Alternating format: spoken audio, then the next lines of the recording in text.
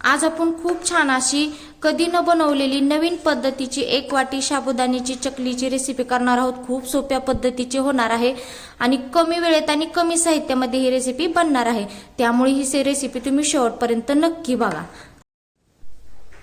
तर इथे बघू शकता मी 1 वाटी हा साबुदाणा घेतलेला आहे। तर इथे साबुदाणा जाडासा मी साबुदाणा घेतलेला आहे।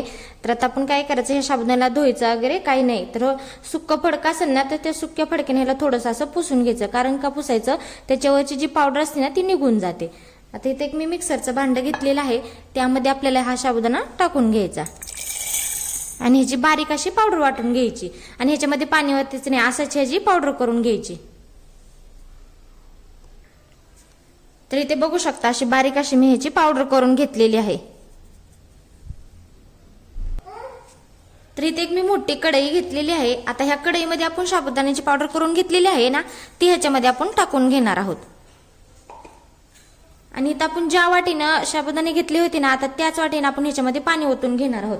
तर आता इथं आपण 7 वाट्या पाणी ओतून घ्यायचं। तर इथं 1 2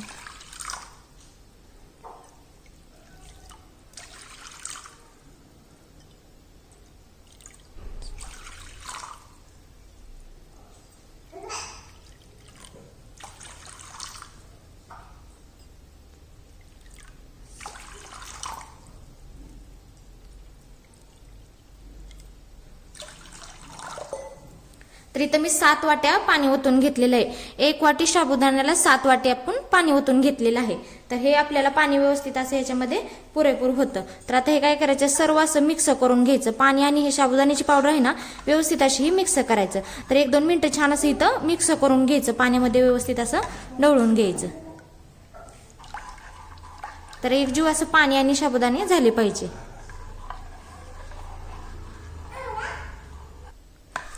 तर इथे बघू शकता आपण 1-2 मिनिटे छान असं हे व्यवस्थित असं हलवून घेतलेलं आहे।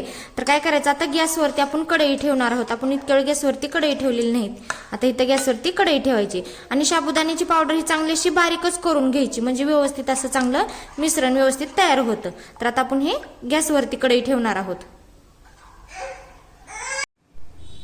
तर आता इथं आपण गॅसवरती कढई ठेवलेली आहे। आता आपण इथं गॅस चालू केलेला आहे आणि गॅस हा पूर्ण बारीक केलेला आहे। तर आता बारीक गॅस करूनच आपल्याला छान असं हे शिजवून घ्यायचं। तर व्यवस्थित असं हलवत राहायचं, कारण का सतत असं हलवत राहायचं म्हणजे व्यवस्थित असं साबुदाणा खाली चिटकू नये म्हणून। आणि कढई ही जाडबुडाचीच वापरायची, कारण का साबुदाणा चिटकतो आणि करपून निघतो, म्हणून इथं कढई जाडबुडाचीच वापरायची। तर बघा हे व्यवस्थित असं हलवत राहायचं। तर आता छान असं हलवल्यानंतर ते मिक्स पण व्यवस्थित होतं मिश्रण। तर आता हे व्यवस्थित असं हलवून घ्यायचं।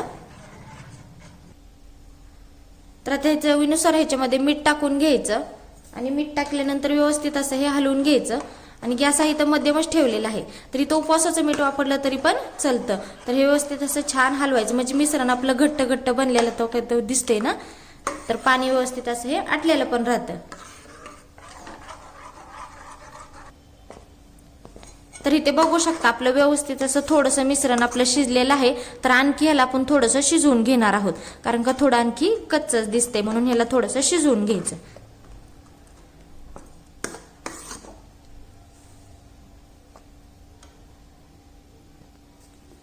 तर इथे बघू शकता मस्त आपलं छान असं पीठ तयार पण झालेलं आहे। तर आपल्याला इथं 20 ते 22 मिनिटं आपल्याला इथं लागलेलं आहे। तर छान असं हे मिश्रण तयार झालेलं आहे। तर आता इथं गॅस बंद करायचा आणि हे मिश्रण थंड करून घ्यायचं। तर इथं ह्याला फॅन खाली नाही ठेवायचं, असंच कढईमध्ये ठेवून आपण ह्याला थंड करून घेणार आहोत। बघा छान असं मिश्रण तयार पण झालेलं आहे। तर इथे बघू शकता आपलं मिश्रण जास्त असं थंड करून घेतलेलं नाही, मध्यम असं आपण थंड करून घेतलेलं आहे।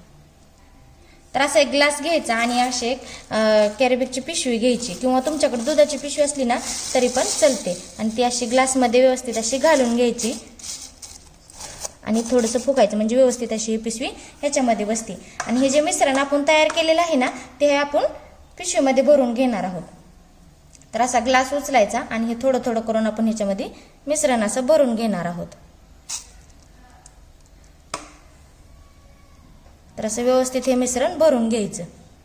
तर इथे एक मेन कापडाची पिशवी घ्यायची आणि ती व्यवस्थित अशी हातरून घ्यायची, आणि जे आपण हे पिशवीमध्ये मिश्रण भरलेलं आहे ना, ते काय करायचं, असं ह्याच्यावरती गोल असं चकली करून घ्यायची।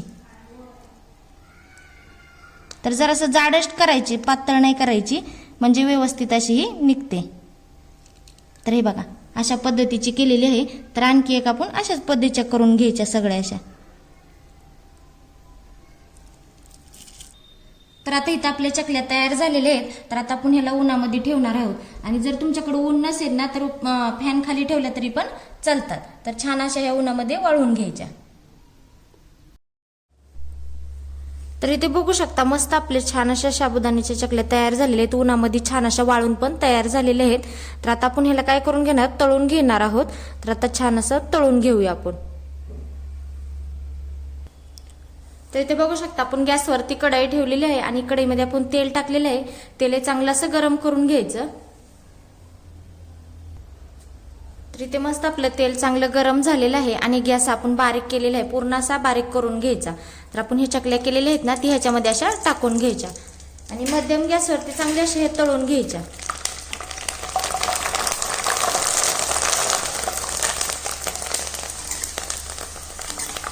तर अशा व्यवस्थित चांगल्या तळून घ्यायच्या. तर बघा किती छान अशा फुगलेल्या पण आहेत. तर सर्व साईडने चांगल्या अशा तळल्या ना तर व्यवस्थित होतात. आता हे आपण काय करणार, काढून घेणार आहोत. तर इथे बघू शकता मस्त आपल्या 1 वाटी साबुदाण्यापासून मस्त आपली चकली तयार झालेली आहे आणि नवीन पद्धतीनं कमी वेळेत आणि कमी साहित्यामध्ये ही आपण चकली बनवलेली आहे. खायला पण एकदम मस्त लागणार आहे, कमी साहित्यामध्ये बनलेली आहे. तर इथे मी तुम्हाला तळून दाखवते. तर बघा किती मस्त अशी ही चकली आपली तयार झालेली आहे. घरी नक्की ट्राय करा, खूप सोप्या पद्धतीची आहे आणि लहानांपासून मोठ्यांपर्यंत सर्वांना आवडणारी आहे. त्यामुळे माझी रेसिपी चकली कशी वाटते ते कमेंटमध्ये मला नक्की सांगा. चला तर मग भेटूया पुढच्या रेसिपीमध्ये. तोपर्यंत धन्यवाद.